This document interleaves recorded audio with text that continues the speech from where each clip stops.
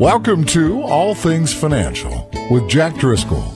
Each week, Jack takes on all things you thought were hard to understand about your finances and makes it fun, easy, but most of all interesting. From insurance to the best way to save your money and squeeze the most out of the dollars you put aside for your rainy day. And now you have a friend in the money business. Here's your host, Jack Driscoll. Welcome back again, everyone, to another edition of All Things Financial. I'm doing a series of shows on how to help make the most and stretch your dollars in the area of healthcare under the new Healthcare Act, under all the different provisions that you have in network and out of network, and how to make the most of your money, how to save money on your healthcare.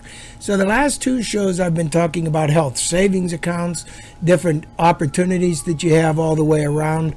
But what I wanted to talk about today was a continuation of some of these ideas that I've come across to share with those of you watching and listening so that I can help maybe stretch your dollars. So let's get into the next area, and it's getting help paying your premiums. Now, for those of you who have income less than a certain level, there are actually federal subsidies to help you make your premiums. And here's what they are. The modified adjusted gross income, and talk to your tax advisors for what that is, but there's a modified adjusted gross income number that the government uses for seeing if you're eligible for these subsidies. And what it is it's 400% of the federal poverty level. So if you're 4 times higher than the poverty level, you may still qualify for federal subsidy for your health premiums. So that's pretty good. If the poverty level is actually 4 times the poverty level, if you're single and your modified adjusted gross income is $46,680 or less, you may qualify for some subsidies. If you're less than $62,920 as a couple in 2014, which is pretty good, you may qualify for a subsidy to help pay your medical premiums. You can qualify if you buy health insurance coverage on your state health insurance exchange. Now you can look that up on www.healthcare.gov, and that'll tell you links for how to buy on the exchange and what the prices would be. But there are federal subsidies if you're under those limits. Now again, those limits are $46,680 if you're single, or up to $62,920 for a couple in 2014 of income that you can be making and still qualify for federal subsidies. What's the website again? www.healthcare.gov, and it'll give you the links, because you have to buy the health insurance coverage on the state health insurance exchange to qualify for the subsidies. All right, now let's take advantage of some cost sharing subsidies. If you're, and this is different, if your income is below 250%, not 400% like I just mentioned, but so it's a lower test or a lower limit. But if your income is below 250% of the federal poverty level, which is now $29,175 if you're single, or $39,325 for a couple in 2014. You can also qualify for a cost-sharing subsidy that reduces co-payments and other out-of-pocket expenses. But this is only available if you buy a mid-level, what they call silver insurance plan on your state exchange. The silver plan is more expensive than a bronze, but with this extra subsidy, the silver plan may be a better deal, and it may end up being less expensive than just buying the bronze. So let me go over all that again. There are subsidies available if your income is below a certain amount. If you're a family and your income's below $62,920, you need to check into this. If you're single and your income's below $46,680, you need to check into this. The first subsidy is to pay for your premiums that I mentioned. The second subsidy may be a cost-sharing subsidy to help reduce co-payments and other out-of-pocket expenses, in addition to helping you save on the premium on your first subsidy. So there are huge benefits. All right, let's take a quick break because I know I overwhelmed you there. And we'll be back in about a minute. I'll let you get pen and paper. If you need to take any notes, I'm going through a lot. But wow, look at all the dollars I just possibly saved you if your incomes are under those limits. Even if you don't know how to do it, folks, you now know there is something available. And that's the key to financial planning. Not knowing all the solutions, but knowing all the potential sources of solutions. Now that you know if your income's near or under those limits, you know to pick up the phone. You know to call to a competent, qualified, certified financial planner and ask. There might be opportunities I'm missing out on. Are you competent in the areas of financial planning with healthcare, taxes, and insurance? If you are, can you please help us navigate this quagmire of benefits we feel we might be missing out on? And how much do you charge for those services if so? That's the next phone call you need to make if your incomes are at or around those levels I'm talking about on the show. So again, I'll take a quick break, let you get pen and paper, and we'll be right back. If you're a business owner or an independent contractor, you know the cost of doing business. You have your equipment, your personnel, advertising costs, and doing everything you can to outdo the competition. But do you run your business, or does your business run you? Your business is truly an investment. Is that investment insured? Jack Driscoll is here to help. At Driscoll Insurance and Financial Services, he provides complete business planning services ranging from property insurance programs to disability, life, hospitalization, and long-term care programs. He not only designs insurance protection plans tailored for your business and protects what is already built, but strives to strengthen your business through providing employee benefit and group programs. It's through this unique combination of skills that Jack has become a valuable resource for business owners and managers. Educate yourself first by going to DriscollFinancial.com and clicking on Business Insurance, or give Jack a call at 412-833-1500. Your business and your employees need you to be prepared, and you need to be protected. Log on to DriscollFinancial.com or call 412-833-1500. Driscoll Insurance and Financial Services. Insure for today. Invest for tomorrow. All right, welcome back again, everyone. Now, with these subsidies that I'm talking about, and they can be like gold for some of you if you get assistance on paying your premiums and assistance on paying your co-pays and some of your expenses, out-of-pocket expenses. I want you to avoid, or I want you to be prepared to make sure you can avoid any surprise tax bill if you get a subsidy. And here's what I mean. If your income changes throughout the year, you need to notify your state health insurance exchange. The reason is the subsidy was based on your income. So if your income changes and it goes down, you may qualify for benefits that you didn't qualify for with your higher income, or more benefits than you did with your higher income. But conversely, if your income goes up during the year, you may lose that subsidy and therefore be taxed on that subsidy. So you don't want a big surprise tax bill because your income changed. So be careful there. And don't forget, marriage can increase your income, and you don't want a surprise tax bill at the end or be not a valid subsidy and invalidate the whole subsidy that you already got. So be very careful there if your income changes. Now, if you're close to the cutoff of whether you qualify for a subsidy or not, it makes even more difference. If you're close to a cutoff and you say, I'm almost there, then here's a strategy. You can maneuver your income slightly by making contributions to a 401k or raising contributions to a 401k, because that reduces your income. So if you do that, if you see you're close to a cutoff, it may help you qualify for a subsidy you might otherwise not be available to you.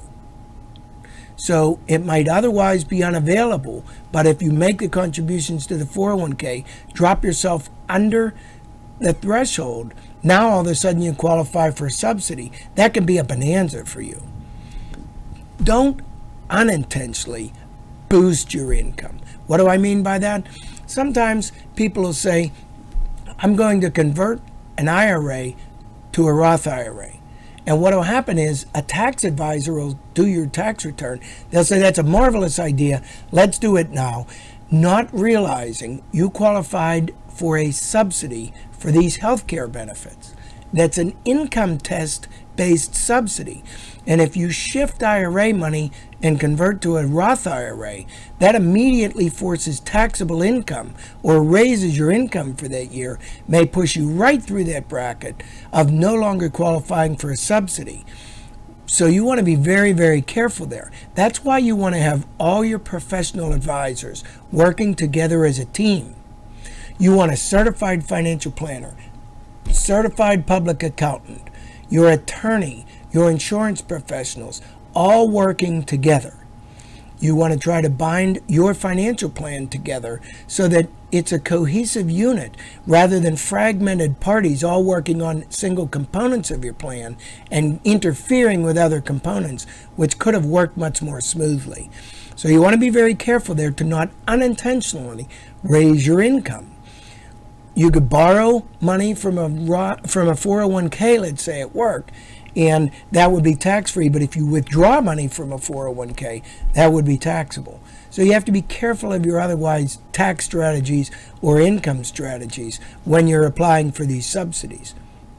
Now, you can apply for a subsidy when you retire early or lose your job, and I want you to think about this. If you have income only for part of the year, where every other year you had full income for that year, pushing you past the limit of income that you could qualify for a subsidy. Here comes the year you're retiring and you retire in June. Well, now if you work the whole year, your income might have been too high to qualify for a subsidy. But what if you only worked 5 months for the year? And now the income for the remainder of the year, added to those first 5 months, is under the limit, enabling you to qualify for the subsidy. Bingo. You now might qualify for a subsidy in the year that you retire because you retired mid-year, maybe even lost your job mid-year. So I want you to think this through whenever you have an income change. Go to your state's exchange. The subsidy's based on your full year's income, remember. Go to your state's exchange. Here's how you can find them. You can find links for the state's exchange at www.healthcare.gov and find out what you qualify for based on your full year's income, especially in those fragmented years. Now, you can also deduct, don't forget, your health insurance premiums if you're self-employed under certain circumstances. What are those circumstances? Well, if you're self-employed and not eligible for health coverage offered by an employer or an employee's spouse, or a spouse's employer, and you look at your premiums as being tax deductible on your own health insurance. So, if you're not covered under your own plan, an employer's plan, or a spouse's employer's plan, you have the ability in most cases to deduct your own self-employed health insurance premiums. So that's important to know. The key is as long as it doesn't exceed your self-employment income. So the premiums, you cannot deduct the premiums for health insurance to the extent they exceed your self-employed income. All right. I'm going to take a quick break. When I come back, I'll help you look at how to compare different types of policies to get the best deal. We'll be right back.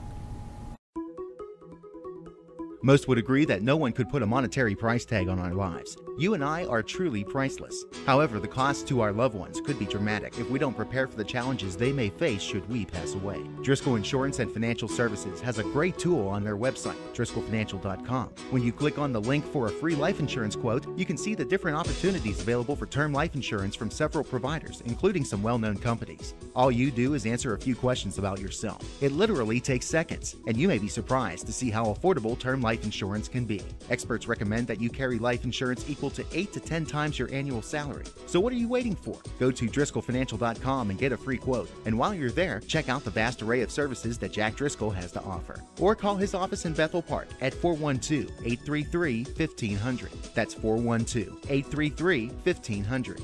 Driscoll Insurance and Financial Services. Insure for today. Invest for tomorrow.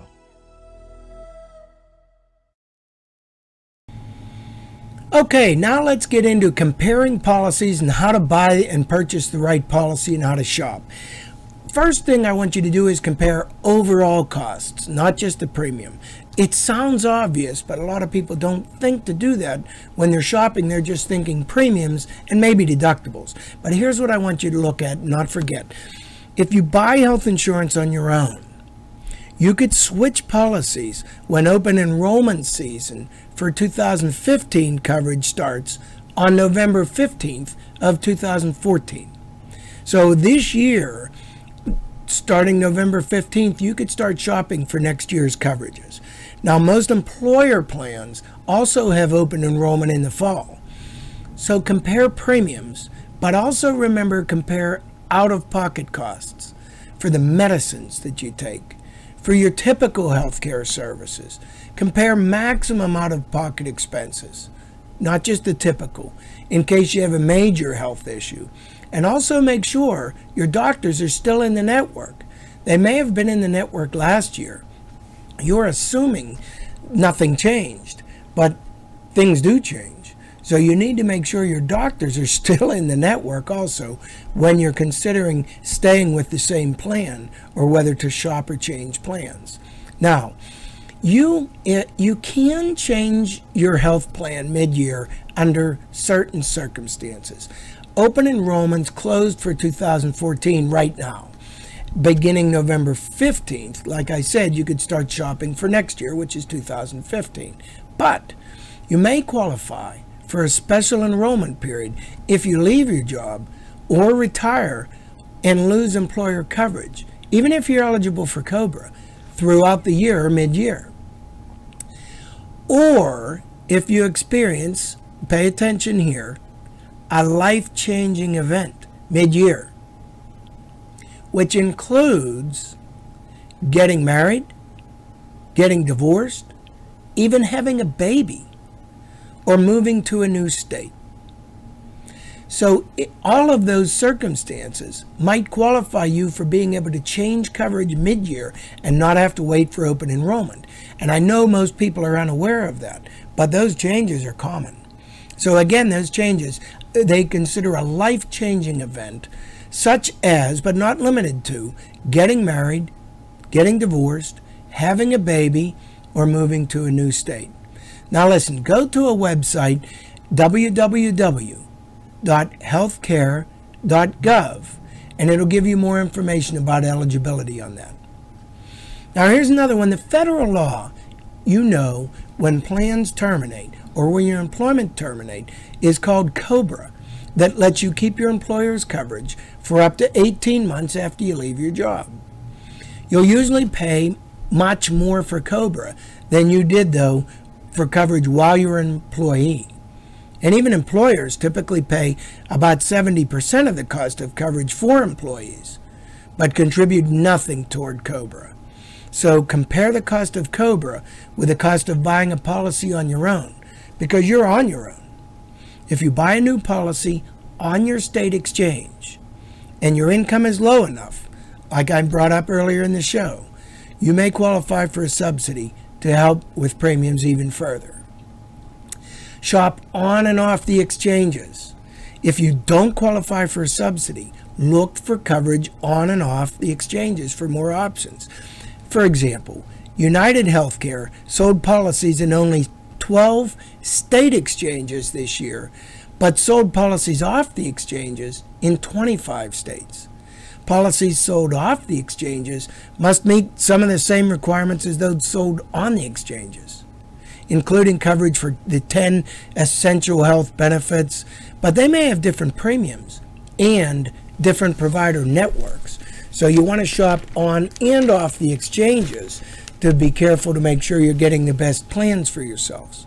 Now, also remember, pick the best coverage for your kids. We don't think about that enough. Adult children, because of the new healthcare changes over the last couple years, can stay on most parents' policies until they turn age 26 now, whether or not they still live at home, and whether or not they are full-time students. So, you may not have to pay extra for a policy that covers an adult kid, even if you're already insuring other siblings. Because you may get a family-type package discount, it may not cost extra. But if you do have to pay more, or if your child lives in another city that isn't covered by your plan's in-network providers, and that happens a lot. They're somewhere else, they're living somewhere else, and they're not in-network. Their providers aren't in-network. It may be less expensive for him or her to buy a separate policy. That's especially true if you don't claim your child as a dependent on your tax return, and therefore he or she might qualify for a subsidy on their own. All right, if you pay cash, ask for a discount. If you have a high deductible plan or you go to a doctor that's out of network, see whether you can get a discount for paying cash. If you can, you might discover that the insurer's rate that they pay is a lot more than you would pay yourself. If that's the case, you still may be able to file the claim yourself afterwards so that it can count toward your deductible. So you're paying cash, getting the lower cost, but using the higher amount toward your deductible because you paid for it yourself. So be very careful on asking, hey, should I pay cash and what's the difference? And then still having it applied toward your deductible. Not only the amount you paid cash, but the amount that would have been contributed toward the deductible. All right, now, appeal denials. You may be able to get help from your state insurance department if coverage for a drug you need is denied by your insurer, or you want to go out of network for a special procedure. Find out about your insurer's appeal process. You could get help from your state insurance department on this too. Go to www.naic.org and it'll give you links for help there. Now, watch out for common errors on your bills. Another tip is ask for an itemized bill when you have a hospital stay or major procedure, and question any unexpected charges. The other thing you need to do then is match your bill with your explanation of benefits coverages. Coverage may be denied if the procedure just wasn't coded properly, and yet it might be covered.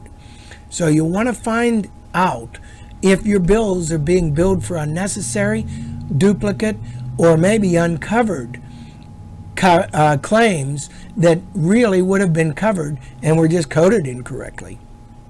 All right, compare costs using your insurer's web tools.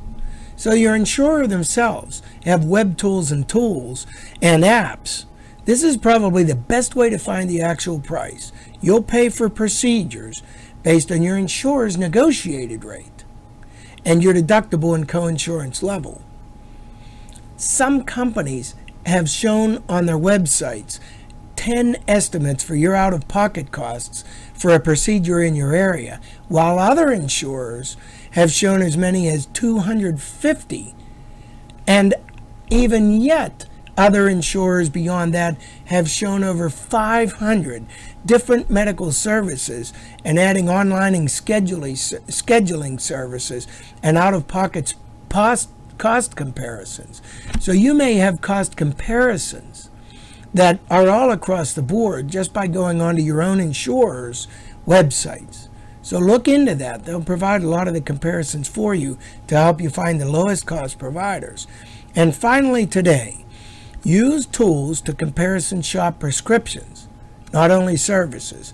Many of the insurers and employers have tools that help you compare prices for your medications, also showing brand name versions, generics, and therapeutic alternatives. They offer smartphone apps in many cases to look up the lowest cost pharmacies before you even leave the doctor's office. So these are just a few of the many ways that you actually have control over how to reduce your medical expenses in all these different areas and how to make the most of your dollars that can be used in other areas in your budget. I wanted to share that in this series. I hope you found it helpful. Any questions that you have, you can always feel free to call me. You can email us. But I wanted to share this because I'm trying to help you stretch your dollars and make the most in this show called All Things Financial. We'll be back next week with more on different areas to help you make the most of your money. Thanks again for tuning in. You've been listening to All Things Financial with your friend with the answers to all financial matters, Jack Driscoll of Driscoll Insurance and Financial Services. Securities and investment advisory services offered through Sage Point Financial Incorporated, a registered broker-dealer and registered investment advisor and member FINRA and SIPC. Driscoll Insurance and Financial Services is not affiliated with Sage Point Financial, Inc. or registered as a broker, dealer, or investment advisor. You can reach Driscoll Insurance and Financial Services Incorporated at 412-833-1500, and they are located at 2738 South Park Road, Bethel Park, Pennsylvania, 15102.